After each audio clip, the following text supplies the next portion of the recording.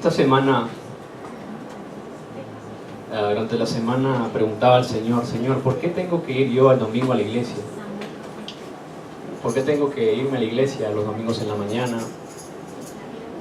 ¿Por qué tengo que darte el culto los domingos, Señor?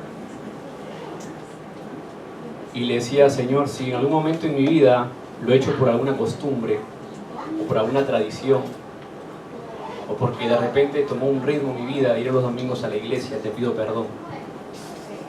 Pero el domingo tiene que ser un día nuevo, como todos los días, especialmente porque nuestro espíritu se va a fortalecer. Así que esta mañana cuando me levanté le dije, Señor, ha pasado una semana, como todas las semanas tal vez, algunas más ligeras, otras más fuertes, pero hoy es el día de darte culto. Hoy es el día de darte mi vida como sacrificio. Hoy es el día de agradecerte por esta sensacional y maravillosa semana que hemos tenido mi esposa y yo, y el pequeño, y los remanentes, y la iglesia, y los pastores que nos visitan y que están aquí. Hoy es el día en donde por fin, si en mi pensamiento hay alguna duda, a través del culto voy a poder darme cuenta. O si Satanás me estaba atacando en la semana, o si no tengo el plan de Dios claro para mi vida, voy a poder darme cuenta el día de hoy a través de la palabra. ¿Qué dirección está tomando mi vida? ¿Qué dirección quieres tú llevar en mi vida, Padre? Así que te pido en esta mañana, Señor, que tu Espíritu Santo obre en mi vida, en mi familia, en la congregación, para que la palabra que voy a recibir sea una palabra que a partir de hoy mismo se cumpla en mi vida y estos 6 días que vienen. Y hoy, pues, a nivel mundial celebramos la resurrección, ¿no? La resurrección de nuestro Señor Jesucristo. Y le digo, Señor, hoy ha resucitado. Hoy es domingo de resurrección. Pero resucitaste en nuestra vida en el momento que te aceptamos como único Señor y Salvador. Resucitaste en nuestra vida en el momento que escapamos de un problema fundamental que yo no puedo resolver y que nadie en el mundo puede resolver. Ese es el problema que de repente aún el mundo no sabe o no conoce muy bien. Y ese problema fundamental es el problema que aparece en el capítulo 3 de Génesis. Es donde Adán y Eva son engañados por Satanás, son tentados por Satanás. Claro, físicamente aparece un personaje ahí que es la serpiente, pero quien manipula a la serpiente, quien está atrás de la serpiente es este ser maligno, es Satanás o el diablo. Y este ser va donde Eva y le habla a Eva y le dice que pueden comer de todos los árboles que están en el huerto.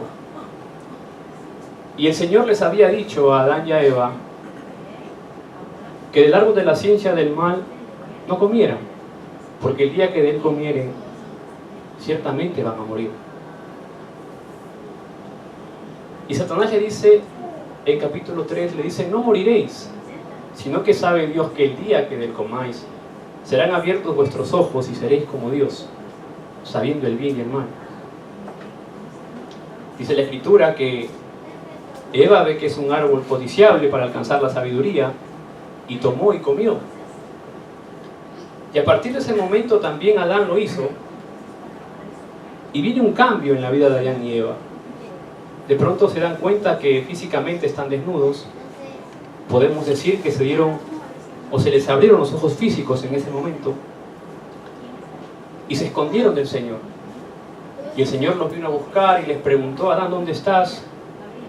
¿Por qué te escondes? Le dice, y Adán le responde, porque tuve miedo. Y ahí viene la parte en donde Adán dice, la mujer que tú me diste me dio de comer. Y Eva dice, no, la serpiente me engañó.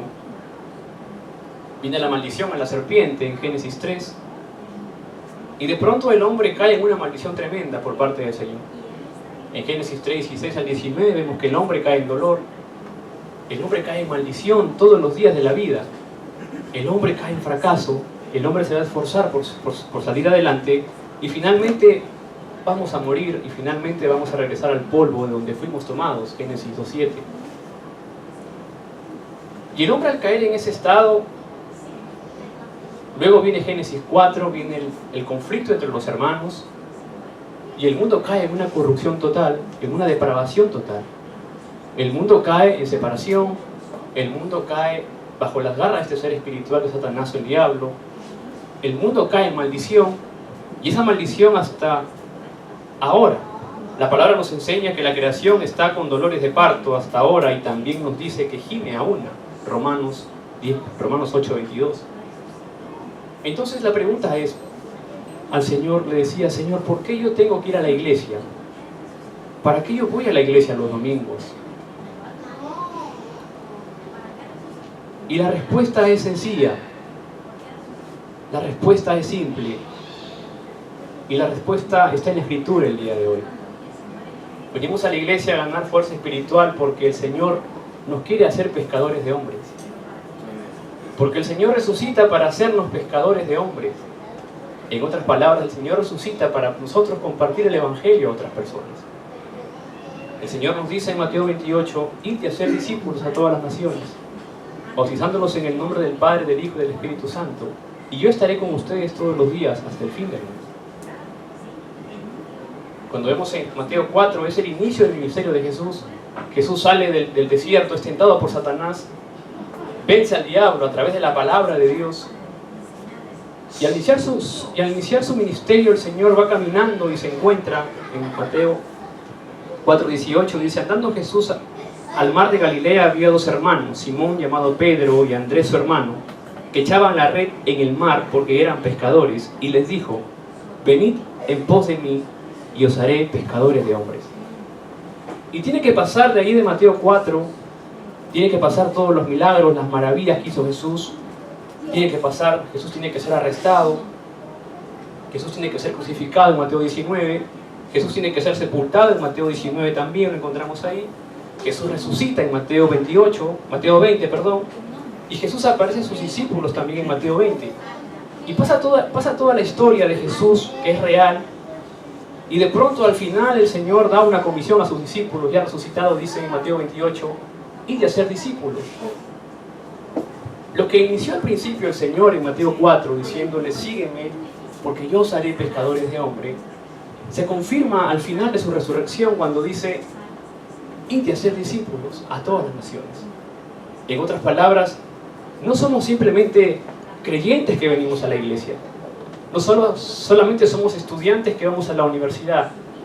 No solamente somos trabajadores que estamos en un puesto de trabajo. No. Somos discípulos de Cristo.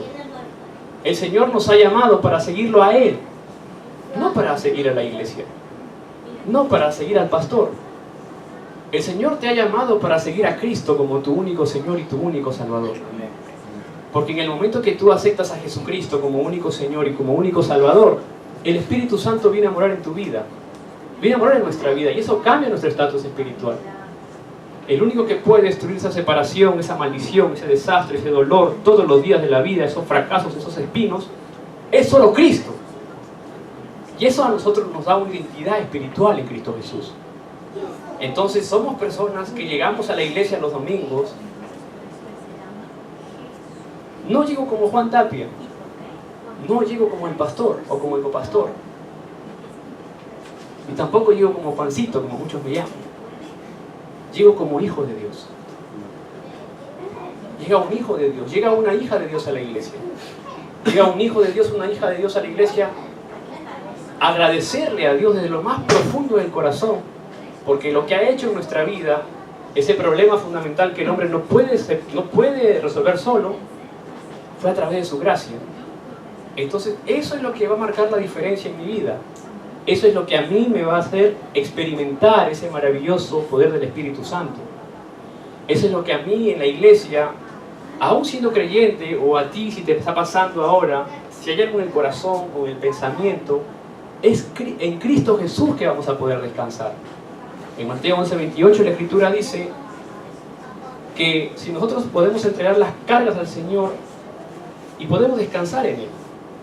Entonces, la reunión de hoy de la iglesia y los domingos es la reunión donde vengo a descansar espiritualmente.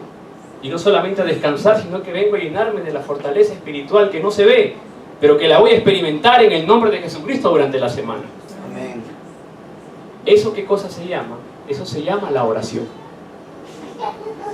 En la semana voy a agarrar la palabra esta semana y voy a decir, Señor, esta mañana me has enseñado que hay una comisión, que la resurrección de Cristo es científica. Esta mañana me has enseñado de que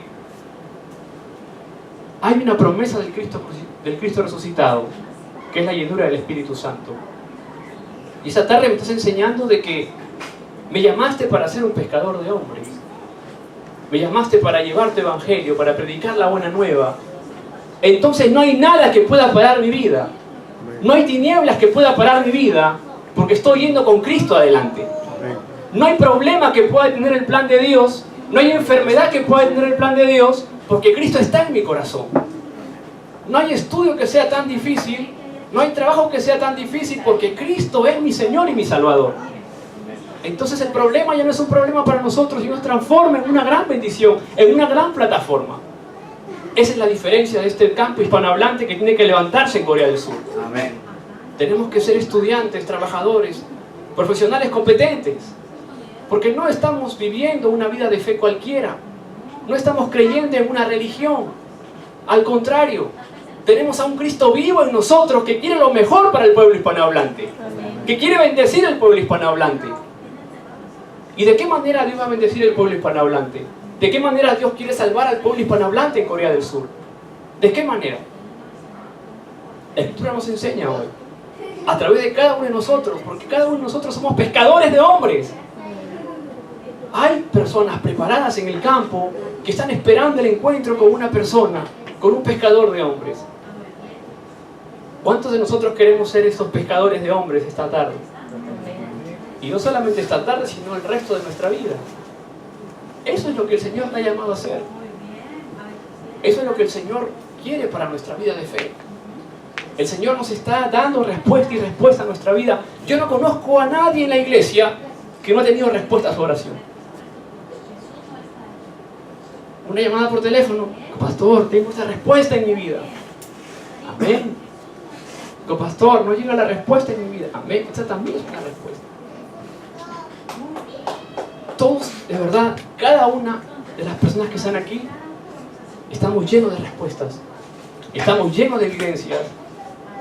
Y todos los problemas que hemos pasado en su momento, vemos hoy que son de gran bendición para nuestra vida. Por eso Cristo resucitó, para darnos un poder espiritual, una autoridad espiritual que no la encontramos en nadie más, sino solo en Él. Y por eso tenemos que seguir a Cristo como único Señor y Salvador. En Juan 14:6 Él dice en su Escritura mismo: yo soy el camino y la verdad y la vida, y nadie viene al Padre sino por mí. Y aunque muchas religiones digan cosas y enseñen doctrinas y digan otras cosas, está bien, pero no puedo ir a Dios si no es solo a través de Cristo. No porque la iglesia lo dice, sino porque la Escritura me lo enseña en Juan 14:6. Y yo creo en un Dios verdadero. Yo creo en la palabra y me sujeto a ella, porque ahí obra el Señor. Y tengo mi pecado fundamental, sí, está bien, pero soy libre de esa ley y ese pecado a través de solo Cristo. Romanos 8:2. Por su sangre fui lavado, por su sangre soy libre, por su sangre soy la persona más feliz que puedo ser en esta tierra.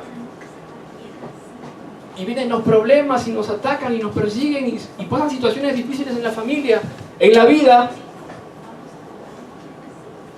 que parece que nunca va a pasar. Pero ahí tiene esta autoridad, porque el único que puede destruir esa fuerza de oscuridad es Jesucristo. 1 de Juan 3:8. El Hijo de Dios apareció para deshacer las obras del diablo.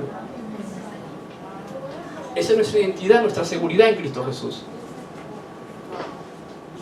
No importa lo que venga en nuestra vida. Hay que experimentar el poder de la oración. La oración es como un ejercicio. Si no ejercitamos nuestra vida espiritual, en el momento de venir las circunstancias adversas nos vamos a mover.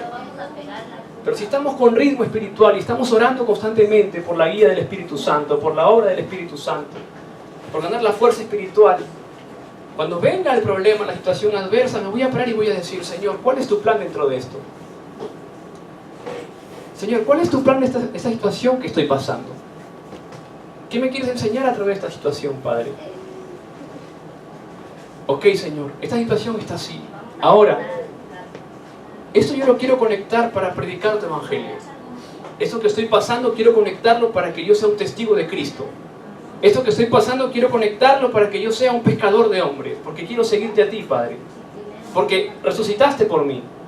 Has muerto en la cruz por mí. Y me has llamado con una promesa de hacer la evangelización del mundo. Es ahí donde la oración entra como un ejercicio y entramos a descubrir qué es lo que Dios quiere hacer.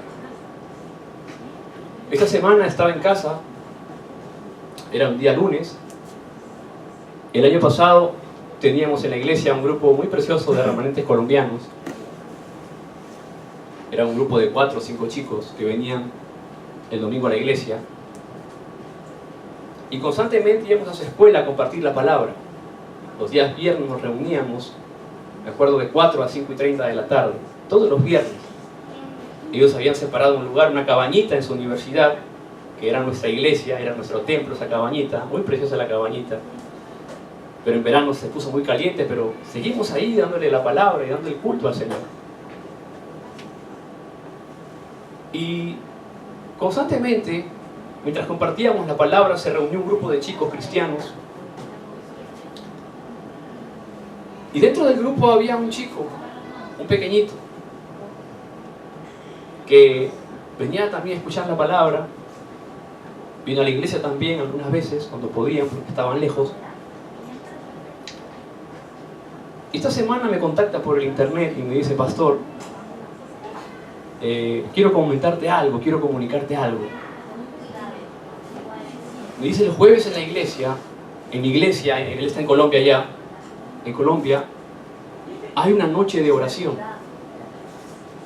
Y quiero pedirte, no sé si es posible, que nos puedas brindar un mensaje por el internet. Y yo le dije: claro, no hay problema, vamos a coordinar la tecnología y cómo se hace. Y si se da en el plan de Dios y en la voluntad de Dios, amén, lo hacemos. Y me dice: ok, está bien. Y el jueves nos reunimos. Es una iglesia con una devoción tremenda por el Señor, se llama Gracia y Paz, en Colombia. El Señor nos ha permitido dar un mensaje por el internet. Hemos podido llegar por el internet, dar la palabra por el internet y hacer una conexión importante en Colombia. Pero siempre la oración el año pasado era: Señor, con este grupo de preciosos remanentes que estás trabajando aquí en Colombia, ¿cuál es tu plan? No sabíamos que podía pasar esto este año. Y empezamos a orar con eso: Señor, ¿cuál es tu plan con esto? Con cada uno de nosotros aquí Dios tiene un plan también para la evangelización. Y hoy podemos darnos cuenta de que, aunque continuamente continuamos orando por ellos, aunque no están físicamente, el Señor sigue obrando. ¿Por qué? Porque todo lo que nosotros hacemos en oración se mueve en un mundo espiritual. En un mundo espiritual que no vemos, pero que existe para los que creen. En un mundo espiritual que no sentimos, pero que existe para el que cree. En un mundo espiritual que de repente lo has experimentado, pero todavía piensas: ¿será eso? Señor, está todo yendo muy bien. ¿Vendrá algo malo? Como dicen los coreanos: ¡añá! Eres un hijo de Dios, somos hijos de Dios.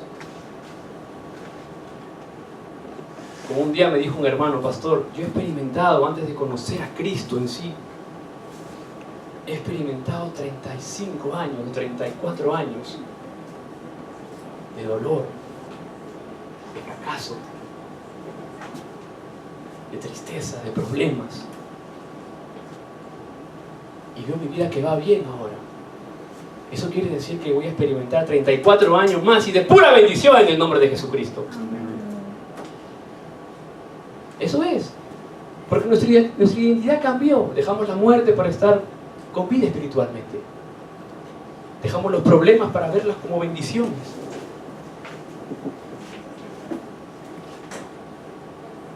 Ese es el Evangelio. Para eso Cristo ha resucitado. Para buscar la voluntad de Él. La voluntad del Padre, la voluntad de Dios. ¿Por qué estoy en Iglesia Hispanohablante? ¿Por qué somos una comunidad importante de hispanohablantes cristianos en este lugar. Para vernos solamente los domingos. Otra vez voy a decir en coreano, ¡aña! El Señor quiere bendecir a los hispanohablantes aquí en Corea. Y nosotros somos las personas que el Señor está llamando hoy como pescadores de hombres. Hoy como pescadores de hombres. Entonces hoy nosotros tenemos que tomar la palabra del púlpito y experimentar en la semana. Y va a funcionar. Va a funcionar. Va a funcionar porque es la palabra de Dios. Va a funcionar porque el Cristo no está muerto. Cristo vive. Cristo es poder. Cristo es vida. Cristo es sanidad. Y solo Jesús es el Cristo, el Hijo de Dios viviente. La Iglesia de Colombia tiene un ministerio de niños muy grande. Ya han mandado un video que la próxima semana, Dios mediante, lo vamos a mostrar. Todas las criaturas, todos estos pequeños remanentes mandan un saludo para todos nosotros. Dicen un saludo para los hermanos de la iglesia hispana, Emanuel, Seúl, de Corea del Sur, de la iglesia cristiana misionera, gracia y paz. ¡Eh! Por esa generación tenemos que pelear nosotros. Por esa generación tenemos que vivir nuestra vida de fe. Por esa generación tenemos que predicar el Evangelio. Por esa generación tenemos que destruir las obras del diablo. Por esa generación tenemos que hacer misioneros en el campo. Por esa generación nosotros tenemos que levantarnos como discípulos evangelistas. Por esa generación. Ellos son nuestro futuro. Ellos son los que van a levantar Latinoamérica, el campo hispanohablante. Y si no es con Cristo, entonces ¿con qué va a ser? Y si no eres tú, entonces ¿quién va a ir? Y si no es ahora, entonces ¿cuándo lo vamos a hacer? Pregúntate eso todos los días. Si no soy yo, Señor, entonces ¿quién va a ser? Si no es con el Evangelio, entonces ¿con qué lo hago? Y si no es ahora, entonces ¿cuándo lo voy a hacer? Es la palabra del Señor que nos llama a ser pescadores de hombres. Cuando venga un problema o cuando yo paso dificultades, digo, Señor, si no soy yo, ¿quién va a ir? Solo Cristo. Señor, si no es con el Evangelio, entonces no hay nada de qué agarrarme. Solo Cristo. Y si no es ahora, solo con el Evangelio. Y si no es ahora, entonces ¿cuándo? ¿Cuándo? Ahora. Es ahora. Esa generación que está atrás pintando. Esa generación que está creciendo. Tenemos que levantarnos y resplandecer esa luz que el Señor resplandeció en su resurrección. Así que somos las personas más benditas y somos las personas más felices porque tenemos a un Cristo que ha resucitado. No un Cristo como está en los museos, crucificado. No un Cristo así, un Cristo que está vivo, un Cristo que está con nosotros todos los días y un Cristo que nos acompañará hasta el fin del mundo. Amén. Esta semana podamos ganar esa fuerza espiritual y preguntar, Señor, si no soy yo, entonces ¿quién? Señor, si no es con el Evangelio, entonces ¿con qué? Y Señor, si no es ahora, entonces ¿cuándo? Y que nuestra vida pueda recibir las respuestas y podamos seguir siendo personas de gran bendición en nuestros encuentros. Amén. Vamos a orar. Padre Dios, te damos las gracias, Señor, en el nombre de Jesucristo, por tu gracia. Y glorificamos, Señor, tu nombre en ese domingo de resurrección, Padre. Nos llamas a ser pescadores de hombres, Padre, y queremos seguirte, Señor, para predicar el Evangelio. Gracias, Señor, por este tiempo. Gracias, Padre, por darnos tu palabra. Y gracias, Señor, por llevarnos a todo el campo hispanohablante aquí presente hacia la evangelización, Padre. Que seamos, Señor, personas que vivamos, Señor, siguiendo tu palabra, siguiéndote a ti, Padre, que nos enseñas a través de tu palabra. Que tu Espíritu Santo obre y nos guíe. En el nombre de Jesucristo oramos. Amén. Amén.